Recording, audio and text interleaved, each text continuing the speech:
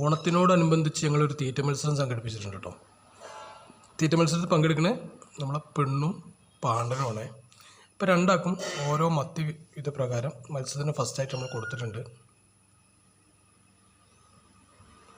രണ്ടാളും നല്ല സ്പീഡിൽ തന്നെയാണ് കഴിക്കുന്നത്.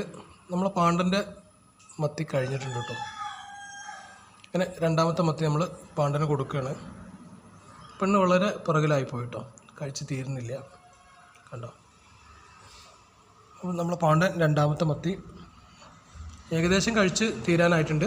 പെണ്ണിനും രണ്ടാമത്തെ മത്തി കൊടുക്കുകയാണ് കേട്ടോ. എന്താ ഇങ്ങനെ രണ്ടാമത്തെ മത്തി നമ്മളെ പെണ്ണിനും കൊടുത്തിട്ടുണ്ട്. നമ്മളെ പാണ്ടൻ മൂന്നാമത്തെ മത്തി, പെണ്ണ് രണ്ടാമത്തെ മത്തി കഴിച്ച് കഴിഞ്ഞുള്ളൂ. പാണ്ടന് ഇതാ മൂന്നാമത്തെ മത്തി കൊടുത്തു. പാണ്ടനാണ് ഇപ്പോൾ വിജയിയായി നിൽക്കണം കേട്ടോ.